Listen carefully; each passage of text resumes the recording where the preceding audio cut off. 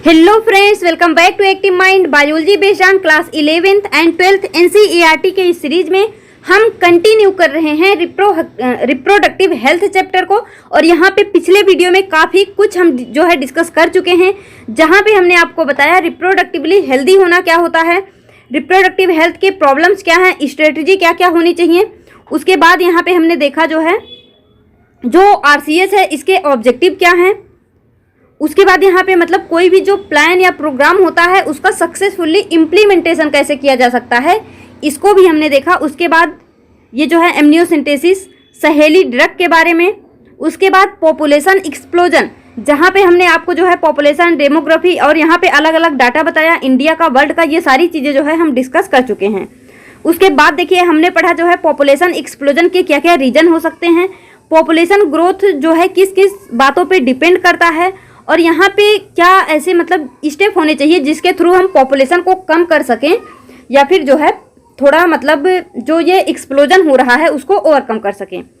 तो इसी में जो है हमको पढ़ना है, जो ये मतलब जब हम यहाँ पे बात कर रहे हैं स्टेप टू ओवरकम पॉपुलेशन, तो यहाँ पे इसमें ही हमारा मतलब हमको कुछ स्टेप फॉलो करना चाहिए। तो उसमें है हमारा कॉन्ट्रासेप्शन मेथड।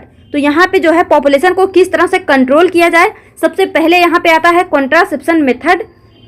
तो जो हमने आपको कल भी बताया था कॉन्ट्रासेप्शन मेथड, यानी जो है किस तरह से प्रेगनेंसी को प्रिवेंट किया जाए, किस तरह से प्रेगनेंसी को रोका जाए। तो यहाँ पे देखिए सबसे पहले जो कॉन्ट्रासेप्टिव डिवाइस होते हैं उनकी क्या क्या प्रॉपर्टी होनी चाहिए या फिर उनके क्या क्या कैरेक्टरिस्टिक होनी चाहिए।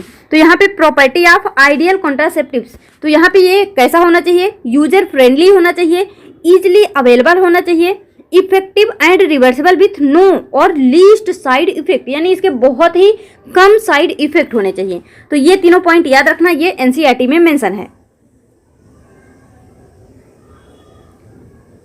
तो देखिए जो कॉन्ट्रासेप्टिव मेथड है इसमें जो है हम दो मेथड यहाँ पे डिस्कस करेंगे। एक होगा हमारा टेम्पोररी मेथड, एक होगा परमानेंट मेथड।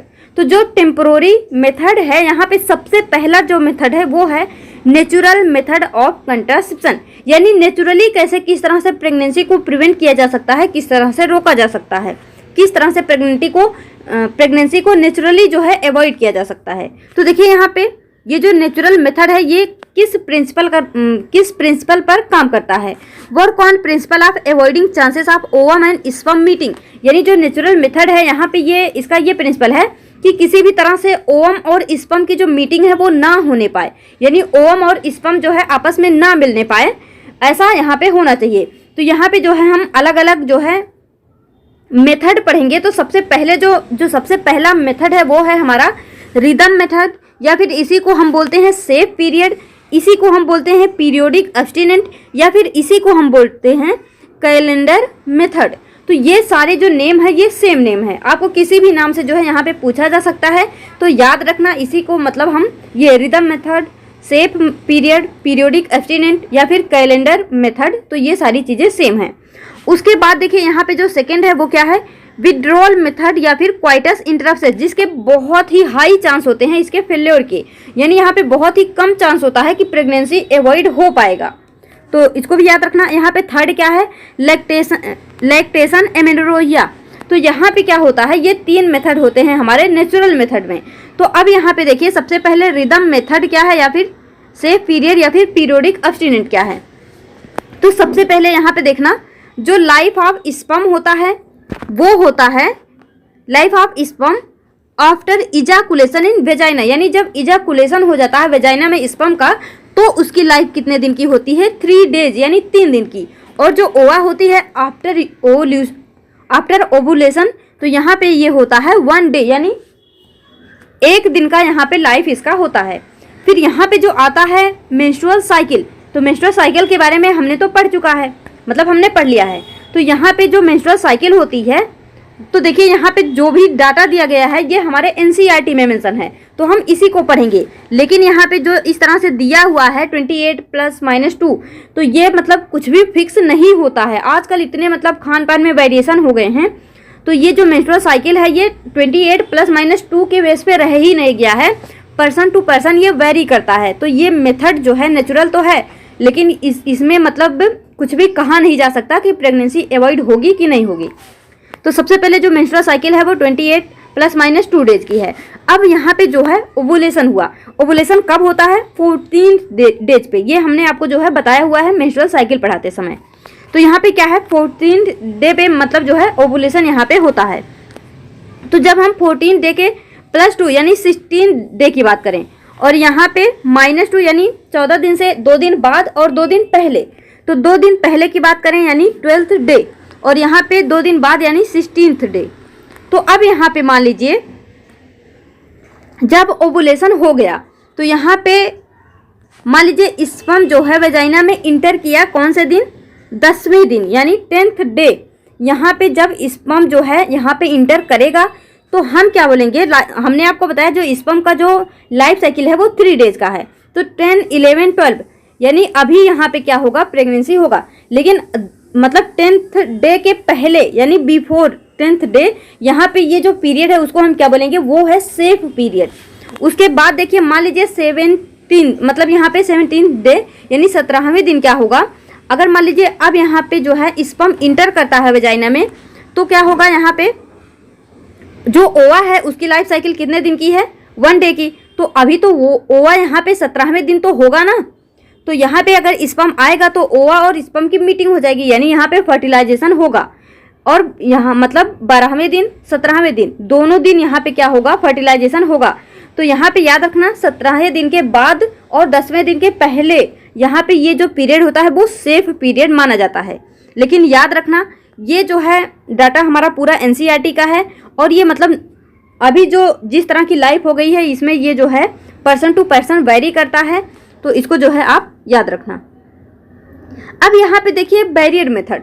बैरियर मेथड में क्या होता है कि जैसे मतलब हम इसमें क्या करते हैं? बैरियर क्या होता है? मान लीजिए यहाँ पे 2 इंडिविजुअल्स हैं कोई और इनको मिलना है तो इनके बीच में एक बैरियर लगा दीजिए। अब यहाँ पे ये दोनों आपस में नहीं मिल पाएंगे तो ठीक उसी तरह से ये बैरियर मेथड है। यानी यहाँ पे क्या है? Ovum and sperm are prevented from physically meeting. यानी यहाँ पे ओवा और स्पर्म के फिजिकली मीटिंग को क्या किया जाता है? रोका जाता है। यहाँ पे ओवम और स्पर्म के फिजिकल, याद रखना ये टर्म याद रखना, फिजिकली मीटिंग यानी इनकी फिजिकली मीटिंग को जो है रोका जाता है। तो यहाँ पे कौन कौन से डिवाइस होते हैं वो देखिए। तो यहाँ पे डिवाइस में क्या क्या डिवाइस होते हैं? सबसे पहले जो होता है वो है कंडोम।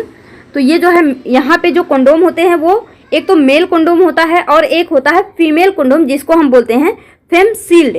फेम सील्ड जो है ये फीमेल कंडोम है और मेल कंडोम तो होता ही है। तो यहाँ पे ये दोनों याद रखना ये बैरियर मेथड में आते हैं। तो ये क्या करते हैं? ये जो है ओवम और स्पर्म के फिजिकल मीटिंग को क्या करते हैं? प्रिवेंट करते हैं, उसको रोकते हैं। Both prevent from STD and AIDS.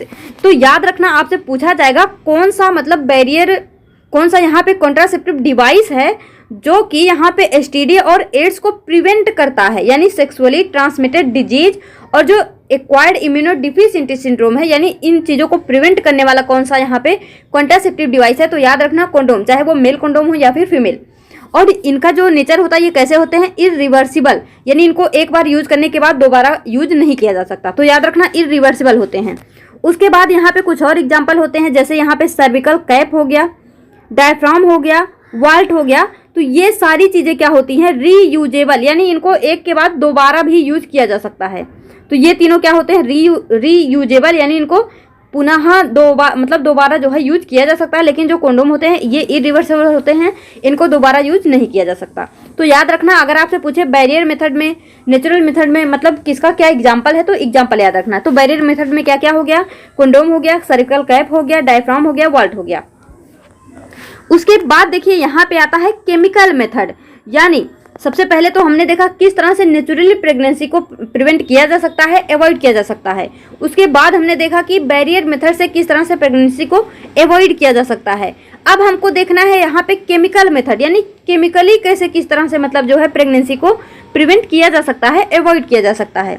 तो सबसे पहले देखिए ये जो है किस किस फॉर्म में, तो यहाँ पे ये जो केमिकल मेथड है ये क्या होते हैं? स्पर्मिसाइडल एजेंट यानी स्पर्म के लिए घातक होते हैं। ये स्पर्मिसाइडल स्पर्म को मार देने वाले एजेंट इसमें जो है कुछ ना कुछ होते हैं। Available in form of cream यानी ये क्रीम के फॉर्म में अवेलेबल होते हैं, जेली के फॉर्म में, फोम के फॉर्म में और यहाँ पे वेजाइनल टेबलेट के फॉर्म में। तो ये इन सारी चीज़ों के फॉर्म में ये जो है जो केमिकल्स हैं ये अवेलेबल होते हैं।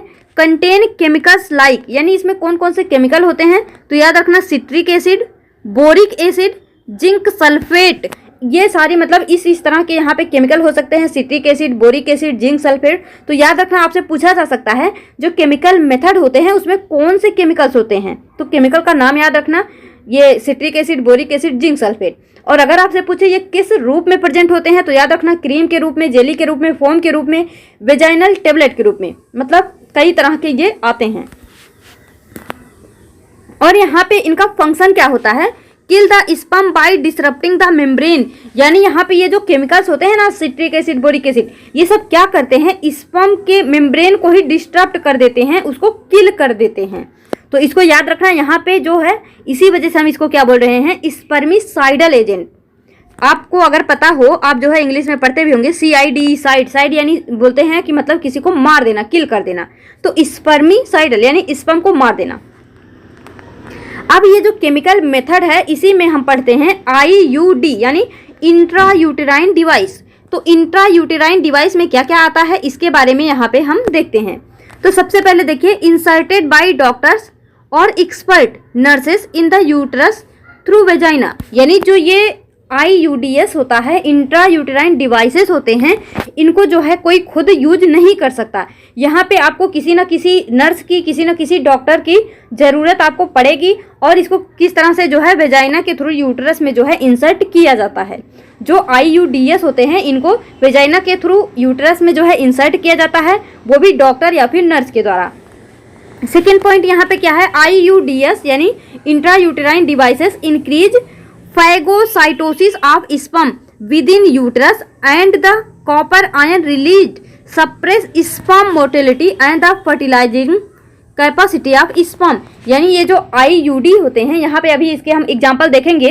तो यहाँ पे जो है कॉपर डिवाइस होते हैं, तो जो कॉपर आयन होता है वो स्पर्म की मोटिलिटी को क्या कर देता है, सप्रेस कर देता है।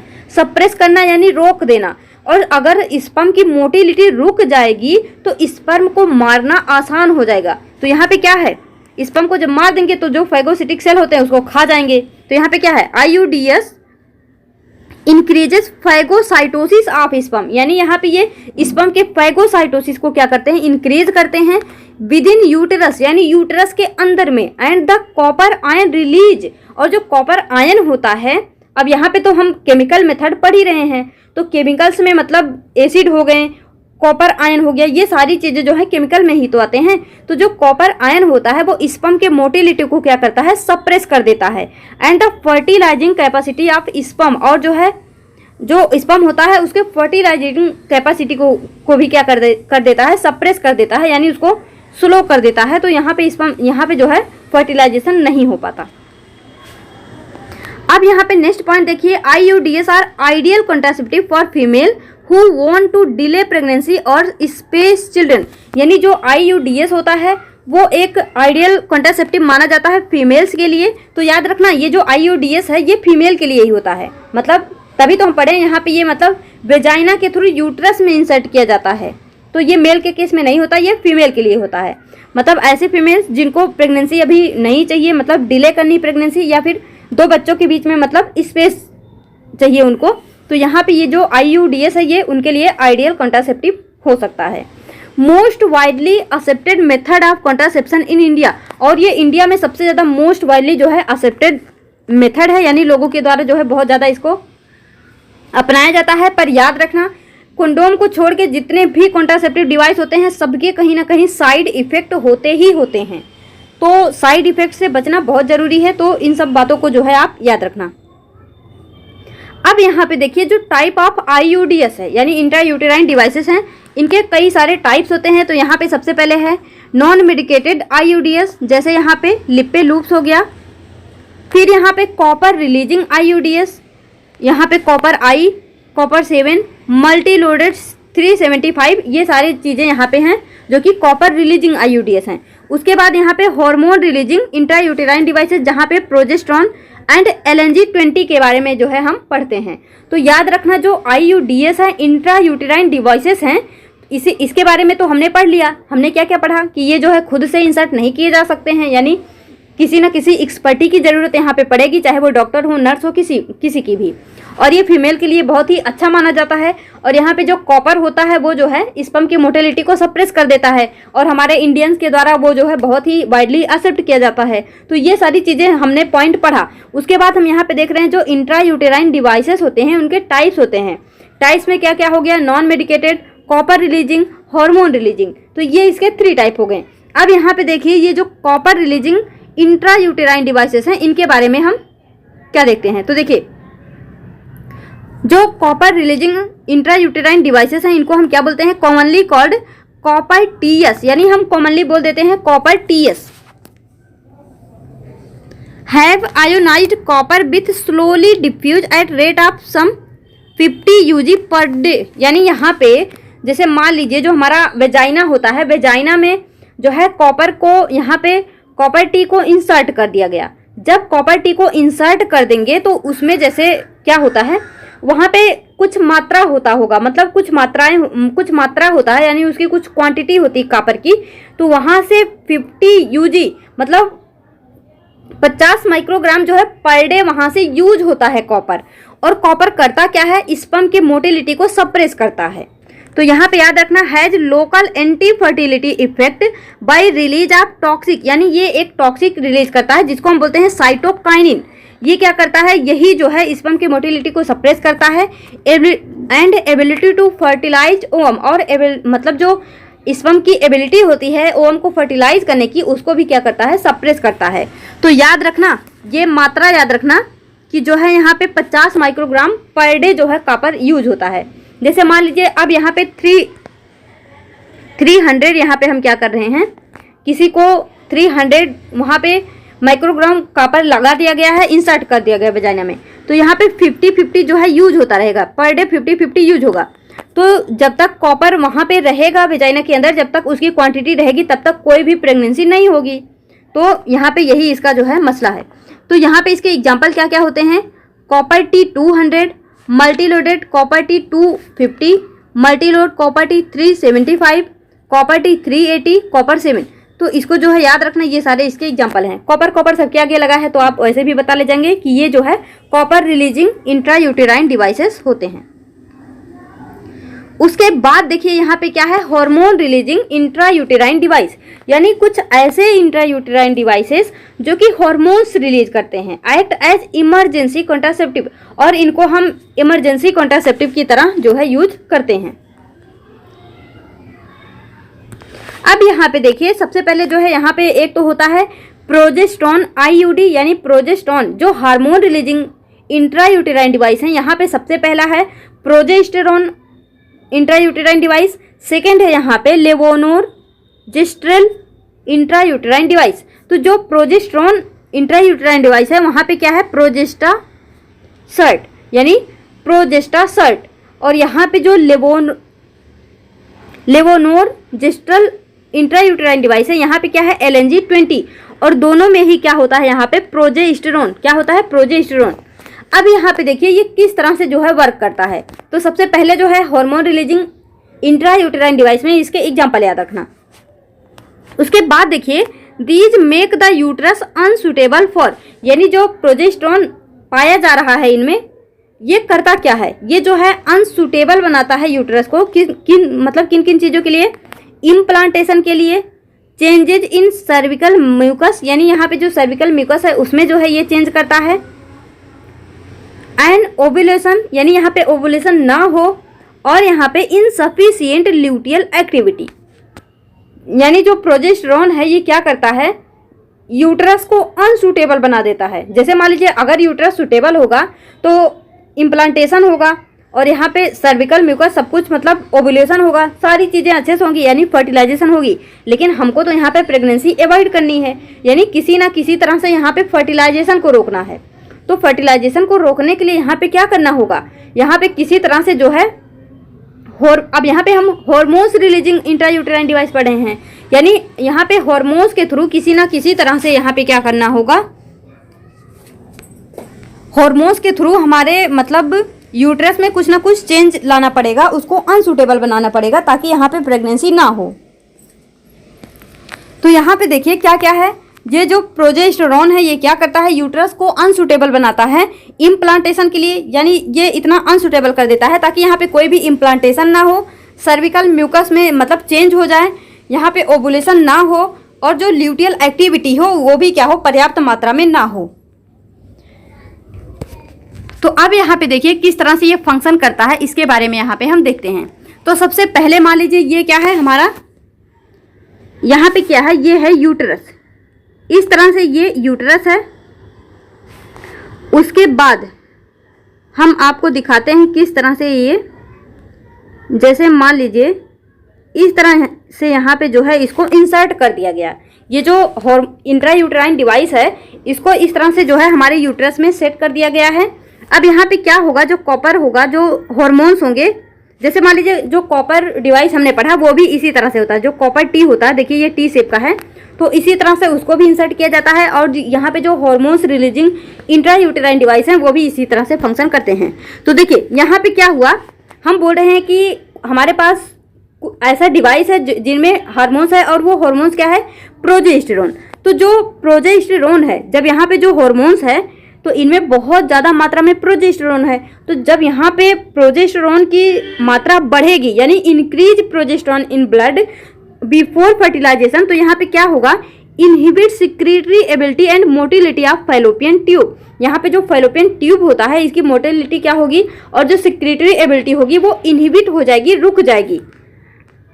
और यहाँ पे ये जो सर्विकल म्यूकस है इसकी थिकनिंग हो जाएगी। हमने पढ़ा ना, ये सर्विकल म्यूकस में क्या कर देता है, चेंज कर देता है, यानी यहाँ पे क्या है, थिकनिंग ऑफ सर्विकल म्यूकस, यानी सर्विकल म्यूकस जो है उसमें वो मतलब थिक हो जाता है। अगर ये थिक हो जाएगा तो यहाँ पे अगर इधर से जो है स्पर्म आता है तो उसकी एंट्री क्या हो जाएगी, रुक जाएगी, यानी यहाँ पे स्पर्म की एंट्री क्या हो जाती है, रुक जाती है। तो हम यहाँ पे क्या देख रहे हैं, स्टॉप एंट्री ऑफ स्पर्म, यानी यहाँ पे स्पर्म की एंट्री जो है वो रुक जाती है।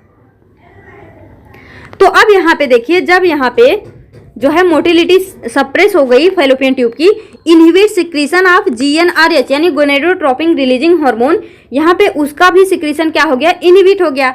और जो GnRH होता है वही रिलीज करता है LH और FSH, लेकिन जब GnRH खुद सप्रेस हो गया तो यहाँ पे LH और FSH भी क्या होगा, ये रिलीज यहाँ पे नहीं होगा।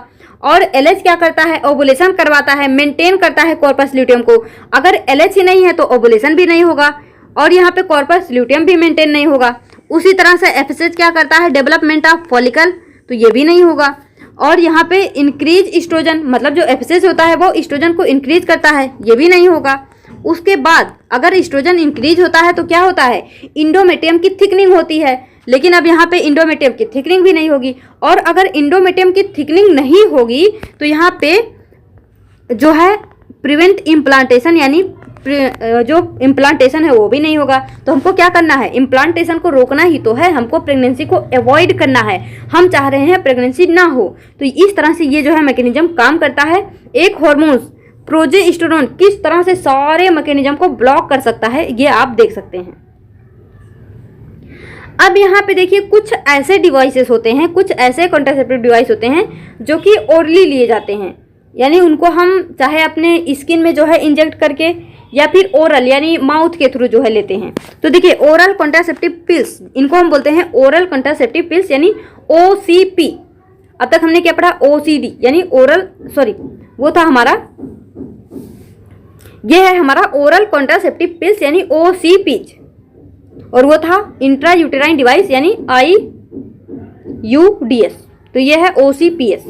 अब यहाँ पे देखिए ओरल कॉन्ट्रासेप्टिव पिल्स में सबसे पहले they are preparation containing progesterone और प्रोजेस्ट्रोजन एस्ट्रोजन कॉम्बिनेशन, यानी हम ये जो पढ़ रहे हैं ना हार्मोन्स रिलीजिंग इंट्रायूटेराइन डिवाइस, तो उसी में ये हमारा ओरल कॉन्ट्रासेप्टिव पिल्स भी आता है। तो यहाँ पे ये क्या होता है, इनमें भी क्या होता है, प्रोजेस्टेरोन हार्मोन्स होते हैं या फिर प्रोजेस्टेरोन और एस्ट्रोजन दोनों को कॉम्बिनेशन भी होता है। तो यहाँ भी क्या है, हार्मोन्स है। अब देखिए यहाँ पे दे आर सिंथेटिक प्रोडक्ट, ये जो है सिंथेटिक प्रोडक्ट होते हैं। मोस्ट कॉमनली यूज्ड प्रोजेस्टिन, मतलब जिसमें जो है बहुत कॉमनली जो है प्रोजेस्टिन यूज किया जाता है उसको हम बोलते हैं लेवोनोर्जेस्ट्रेल। और यहाँ पे मोस्ट कॉमनली यूज्ड एस्ट्रोजन, जिसमें जो है एस्ट्रोजन का यूज किया जाता है उसको हम बोलते हैं इथाइनिल इस्ट्रेडियोल, क्या बोलते हैं, इथाइनिल इस्ट्रेडियोल। तो इसको जो है आप याद रखना, जिसमें प्रोजेस्टिन का यूज होगा उसको हम बोलते हैं लेवोनोर्जेस्ट्रेल, और जिसमें जो है एस्ट्रोजन का कॉमनली यूज होगा उसको हम बोलेंगे इथाइनिल इस्ट्रेडियोल। तो ये जो है सिंथेटिक प्रोडक्ट होते हैं, इसको भी आप जो है याद रखना। अब देखिए यहाँ पे क्या होता है, जो यहाँ पे हम बोल रहे हैं ओरली लिया जाता है, मतलब ओरली यहाँ पे जो कुछ कंट्रासेप्टिव डिवाइसेस यूज होते हैं वो किस तरह से होते हैं। जैसे यहाँ पे देखिए, जो यहाँ मैं फिगर लगाना भूल गई, मतलब क्या होता है यहाँ पे 30 डेज मान लीजिए होते हैं। तो इस तरह क्या होता है, तो pills taken orally for 21 day, जो यहाँ पे पिल्स होते हैं आप देखेंगे जैसे दवा का आता है ना पत्ता, तो उसमें एक लाइन से दवाइयाँ होती हैं, तो ठीक उसी तरह से मतलब वो भी दवा होती है, उसमें 21 डे जो है पिल्स को लगातार गोली मतलब खानी पड़ती है। इन a menstrual cycle, menstrual cycle में नहीं खाया जाता, यहाँ पे उसको जो है 5 दिन के लिए रोका जाता है। तो रुकिए 1 minute, starting from 5th day ending on 25th day. हाँ, तो देखिए यहाँ पे pills taken only for 21 day, जो पिल्स है उसको 21 डे यानी 21 दिन तक लिया जाता है, और जब मेंस्ट्रुअल साइकिल स्टार्ट होती है, जब पीरियड स्टार्ट होता है, तो उसके 5 दिन बाद फिर से खाना होता है। तो याद रखना 5 डे की यहाँ पे जो है गैप होती है, ending on 25th day, advise to restart course after a gap of 7 day, यानी 7 दिन के बाद फिर से लेना होता है। तो याद रखना, जैसे मान लीजिए मेंस्ट्रुअल साइकिल स्टार्ट हुआ तो उस समय में ये पिल्स नहीं लिया जाता है, और जब मेंस्ट्रुअल साइकिल ख़त्म हुआ तो यहाँ पे जो है ये जो 7 डे का गैप होता है। और हाँ, यहाँ पे ये भी याद रखना, अगर बाई चांस किसी दिन ये जो है गैप हो जाता है तो यहाँ पे मतलब इसके फेल्योर चांस बढ़ जाते हैं, यानी यहाँ पे प्रेगनेंसी एवॉइड नहीं होगी। तो इसको जो है इस गोली को लगातार लेना पड़ता है। तो यहाँ पे ये जो 7 डेज होते हैं वहाँ पे आयरन की गोलियाँ जो है डाल दी जाती हैं, ताकि लोग जो है उसमें गैप ना करें और लगातार वो खाते रहें, उनको टेंशन ही ना रहे कि हमको कब खाना है कब नहीं खाना है। तो इस तरह से इसको भी आप जो है याद रखना। Pills taken only for 21 day in a menstrual cycle starting from 5th day ending on 25th day, advise to restore course effect a gap of 7 days. अब यहाँ पे देखिए इंजेक्टेबल डिपो-प्रोवेरा। अब यहाँ पे कुछ ऐसे भी डिवाइसेस होते हैं जिसको इंजेक्ट किया जाता है, जिसको इंजेक्ट किया जाता है हमारे स्किन में। इनके नाम से ही पता चल रहा है इंजेक्टेबल, यानी जिसको इंजेक्ट किया जाता है। तो इसका यहाँ पे एग्जाम्पल क्या है, डेपो-प्रोवेरा यानी डिपो-प्रोवेरा।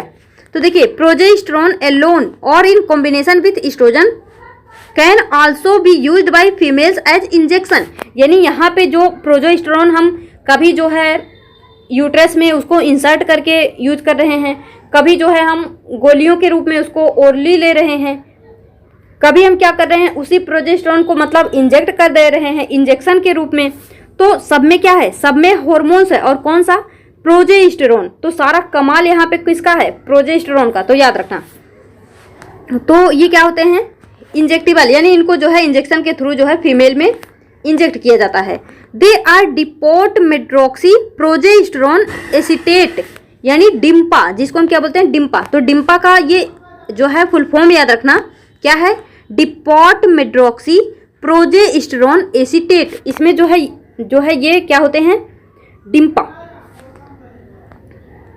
तो अब देखिए इफेक्टिव फॉर 3 मंथ, और ये जो होते हैं ये क्या होते हैं, ये 3 मंथ के लिए इफेक्टिव होते हैं। यानी जब भी डेपो-प्रोवेरा यानी डिम्पा को जो है इंजेक्ट किया जाता है किसी भी फीमेल में, तो ये 3 मंथ के लिए काम करता है, यानी 3 मंथ के लिए कोई भी यहाँ पे फर्टिलाइजेशन नहीं होगा जब से जो है इसको इंजेक्ट किया गया है।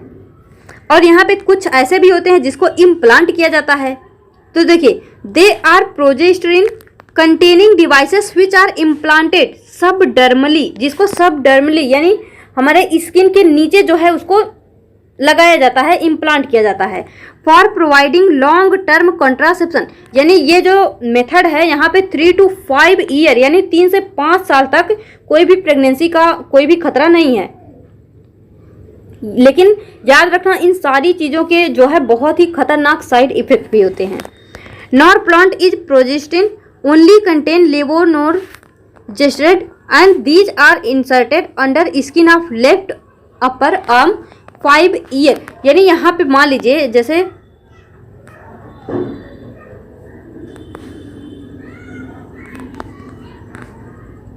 ये जो है हमारी स्किन है, तो अब यहाँ पे क्या करते हैं, हमारे स्किन में इस तरह से जो है यहाँ पे 5 इस तरह से निशान बना देंगे और फिर क्या कर देंगे, इंजेक्शन के थ्रू यहाँ पे वो जो डिवाइसेस होते हैं उसको हमारे स्किन में क्या कर देंगे, उसमें जो है लगा देंगे और ये स्किन में 5 साल तक पड़ा रहेगा और 5 साल तक कोई भी प्रेगनेंसी यहाँ पे नहीं होगी। तो इन सारी बातों को जो है आप याद रखना। उसके बाद यहाँ पे देखिए इमरजेंसी कॉन्ट्रासेप्शन, यानी अगर बाई चांस मान लीजिए यहाँ पे प्रेगनेंसी हो गई तो इमरजेंसी कॉन्ट्रासेप्शन के लिए क्या चीज़ें यूज की जा सकती हैं। तो देखिए यहाँ पे क्या है, 72 hour of coitus very effective as emergency contraceptive, यानी जो इमरजेंसी कॉन्ट्रासेप्टिव होते हैं ये जो है 72 आवर यानी 72 घंटों के लिए ही मतलब इफेक्टिव होंगे। अगर 72 घंटे से ज़्यादा हो गया तो फिर जो है मुश्किल हो जाएगा। तो ये 72 घंटे के अंदर अंदर ही इफेक्टिव होते हैं। Mifepristone and misoprostol when used in combination are more than 95% effective during first 50 days of pregnancy, यानी यहाँ पे ये दो आपको दो मेडिसिन बताई जा रही है। क्या है, एक मिफेप्रिस्टोन, एक क्या है मिसोप्रोस्टोल। ये दोनों क्या है, अगर इन दोनों का कॉम्बिनेशन लिया जाता है तो ये 95% इफेक्टिव होती हैं प्रेगनेंसी को रोकने पर, वो भी कितने दिनों तक, 50 डेज यानी 50 दिनों तक।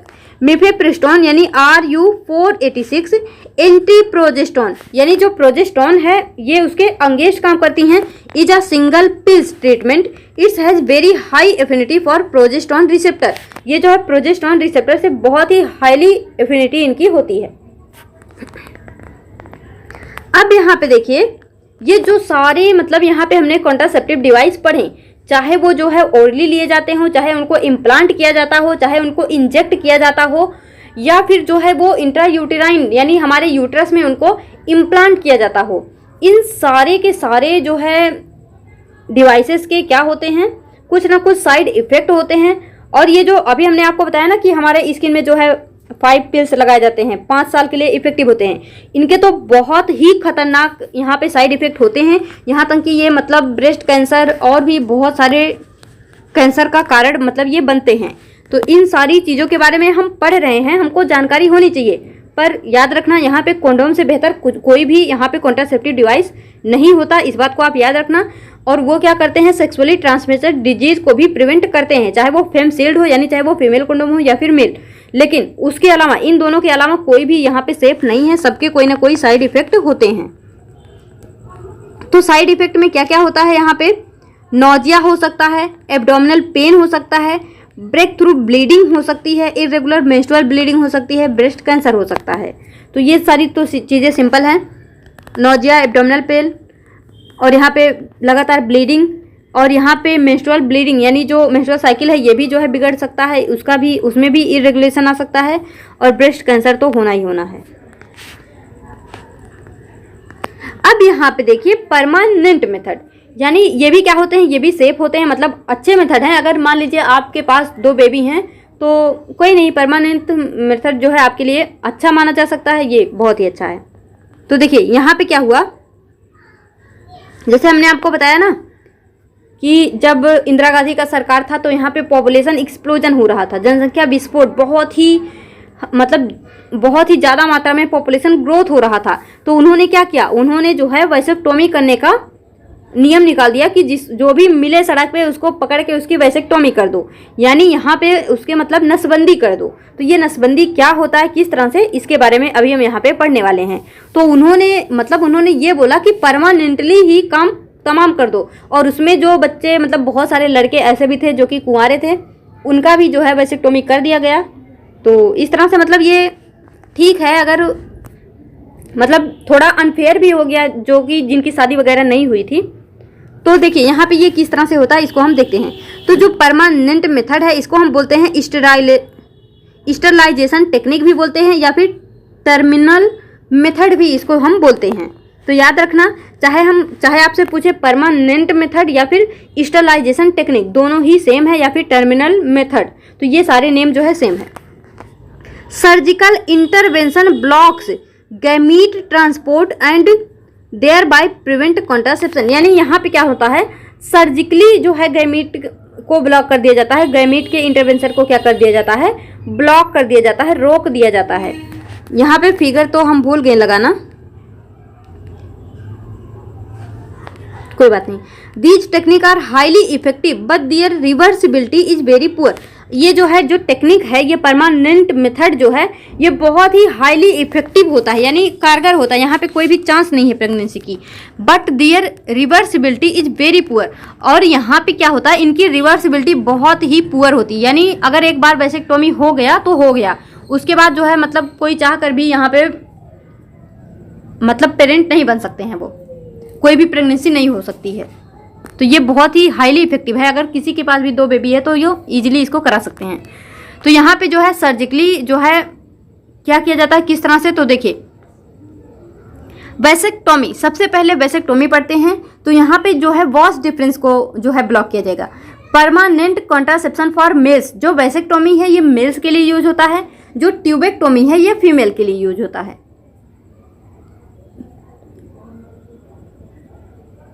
Permanent contraception for males, both vas differences are ligated and cut. जैसे हमने आपको बताया इस तरह से जो है यहाँ पे क्या है, ये वैसेक्टोमी मतलब इस तरह से यहाँ पे हमने स्क्रोटम पढ़ा, स्क्रोटम में टेस्टिस हमने आपको बताया, और वहाँ से जो है निकलता है क्या, एपिडिडाइमिस, जो आगे चल के यहाँ पे वॉश डिफरेंस के थ्रू जो है आता है सेमिनल वेस्कर प्रोस्टेट, इन सारी चीज़ों में मिलता है। तो यहाँ पे ये जो वॉश डिफरेंस होता है, यहाँ पे क्या करते हैं, इसको जो है यहाँ से कट लगा देते हैं, कट लगा के यहाँ पे उसको बांध देते हैं, लाइगेट कर देते हैं। तो इसी को हम क्या बोलते हैं, एक तो ये नस, और यहाँ पे उसको बांध दिए यानी नस बंदी, क्या बोलते हैं, नस बंदी, यानी वैसेक्टोमी, एक्टोमी। तो यहाँ पे क्या करते हैं, वो एक नस होता है उसको काट देते हैं, ब्लॉक कर देते हैं, फिर उसको बांध देते हैं। अब यहाँ पे जब गैमीट बनेगा, जो स्पर्म बनेगा वो जाएगा, तो वो इससे आगे जो है यहाँ पे जा ही नहीं पाएगा। जो स्पर्म बना वो यहीं पे रह जाएगा। अब यहाँ पे जब कट पिट कर दिया गया तो यहाँ पे वो उसको बांध दिया गया, ब्लॉक कर दिया गया। तो अब ये जो स्पर्म है ये आगे यहाँ पे आ ही नहीं पाएगा, जो स्पर्म है वो आगे नहीं बढ़ पाएगा। तो आगे नहीं बढ़ पाएगा तो यहाँ पे कोई भी प्रेगनेंसी नहीं होगी, तो याद रखना। और ये क्या होता है, minor surgical process free of cost, यानी ये इजीली आप जो है करवा सकते हैं, इसमें कोई आपको पैसा वगैरह नहीं देना है। ये जो है बहुत ही छोटी सी सर्जरी होती है, 5 से 10 मिनट में हो जाती है, और यहाँ पे कोई भी दिक्कत नहीं होता है, फ्री ऑफ कॉस्ट ये आप जो है कभी भी करवा सकते हैं। Sperm production continue after vasectomy but ejaculated semen is without sperm, यानी यहाँ पे जैसे अगर किसी को डाउट आता है कि स्पर्म प्रोडक्शन वैसेक्टोमी के बाद होगा कि नहीं होगा, इरेक्शन होगा कि नहीं होगा, इजाकुलेशन होगा कि नहीं होगा, तो याद रखना सारे प्रोसेस होंगे, जो सारी प्रोसेस हम पढ़े हैं, इजाकुलेशन, इंसेमिनेशन और यहाँ पे स्पर्म प्रोडक्शन, सारी चीज़ें होंगी, कुछ भी अफेक्ट नहीं होगा। बस फर्क बस इतना है, जो यहाँ पे इजाकुलेशन होगा वो विदाउट स्पर्म होगा, यानी उसमें कोई भी जो सीमन होगा उसमें कोई भी स्पर्म नहीं होगा। अगर स्पर्म होगा तो फिर वो आगे जाके फर्टिलाइजेशन करेगा, लेकिन अगर स्पर्म नहीं है तो यहाँ पे कोई भी फर्टिलाइजेशन नहीं होगा। नॉट इफेक्टिव इमीडिएटली, यानी ये जो वैसेक्टोमी है ये मेथड जो है इमीडिएटली इफेक्टिव नहीं होता है। अगर कोई वैसेक्टोमी कराया है तो उसको जो है 1-2 दिन वेट करके फिर जो है कुछ करना चाहिए। आगे देखिए फिर यहाँ पे ट्यूबेक्टोमी। अब यहाँ पे देखिए नेक्स्ट जो है ट्यूबेक्टोमी। तो ये जो वैसेक्टोमी है वो मेल के लिए यूज होता है, जो ट्यूबेक्टोमी है ये फीमेल के लिए यूज होता है।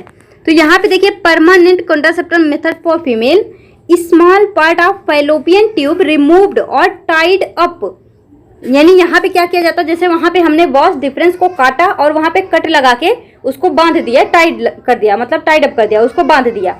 तो उसी तरह से जो है फीमेल के केस में क्या होता है, फैलोपियन ट्यूब का एक स्पर्म मतलब इस एक स्मॉल पार्ट जो है, एक छोटा सा भाग क्या करते हैं, वहाँ पे उसको कट लगा देते हैं, उसके बाद उसको भी क्या कर देते हैं, बांध देते हैं। तो अगर जब ओवा जाएगा तो ओवा जो है, जैसे मान लीजिए यहाँ पे एग्जाम्पल हम आपको दिखाते हैं, इस तरह से ये इनफंडिबुलम हुआ, इस तरह से गया,